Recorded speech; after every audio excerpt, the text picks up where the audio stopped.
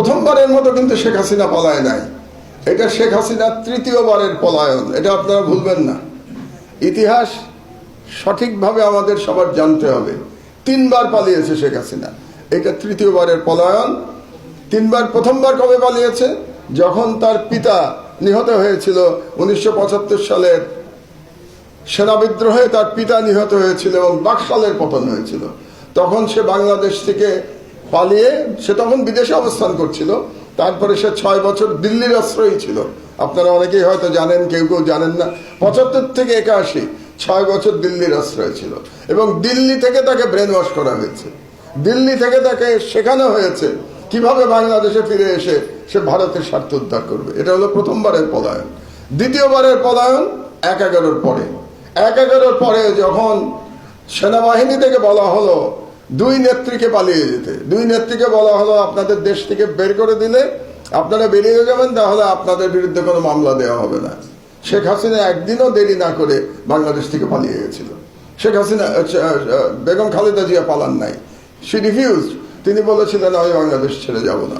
আমি ইতিহাসে নিয়ে লেখাপড়া করি, এই জন্য আপনাদেরকে জানাচ্ছি। যখন বেগম খালেদা জিয়া বললেন যে আমি যাব না, তখন একটা মজার ঘটনা ঘটলো। তখন তো পলিটিক্যালি বেগম খালেদা জিয়া জিতে গেলেন হাসিনার উপরে, কারণ তিনি আর্মিকে চ্যালেঞ্জ করলেন, মঈনকে চ্যালেঞ্জ করলেন, চ্যালেঞ্জ করে বললেন আমি যাব না, আর হাসিনা পালিয়ে গেল। তো রাজনৈতিকভাবে হাসিনা পরাজিত হয়ে গেল।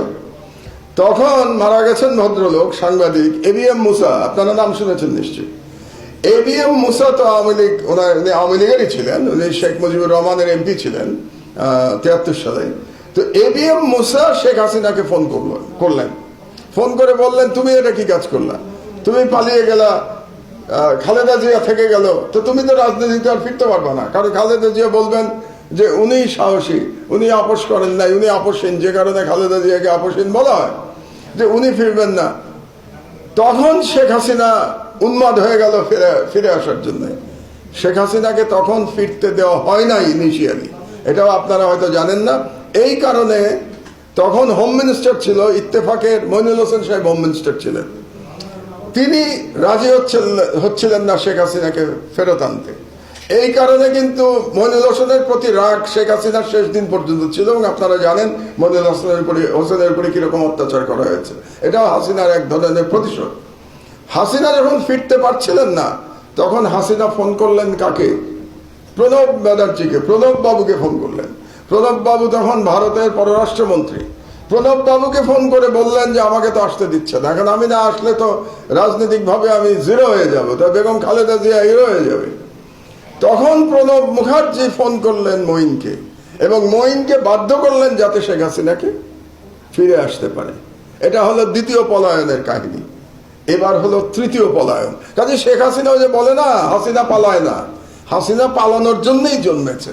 হাসিনা পালায় না মানে কি? ও বারে বারে পালায়, ও তো পালাবেই, ওর জন্ম হয়েছে পালানোর জন্য।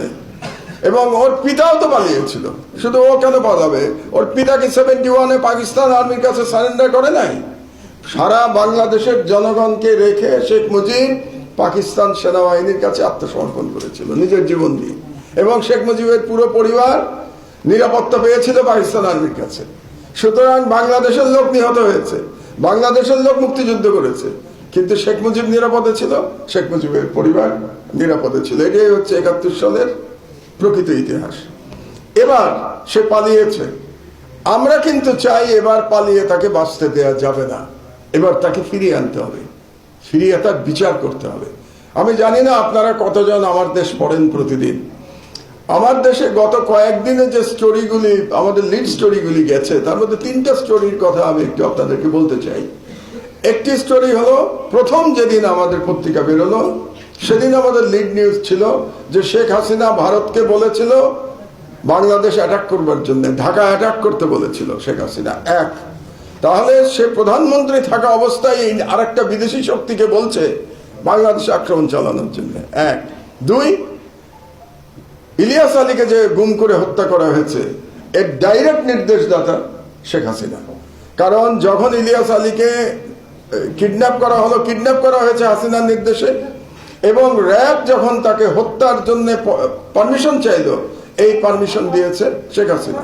দ্বিতীয় স্টোরি, অ্যান্ড থার্ড স্টোরি, এই যে হেলিকপ্টার থেকে যে স্নাইপারে গুলি করা হয়েছে, এর পুরো প্ল্যানিং করেছে তৎকালীন র্যাবের ডিজি এবং পারমিশন দিয়েছে শেখ হাসিনা। অন্যগুলো আমি বাদই দিলাম।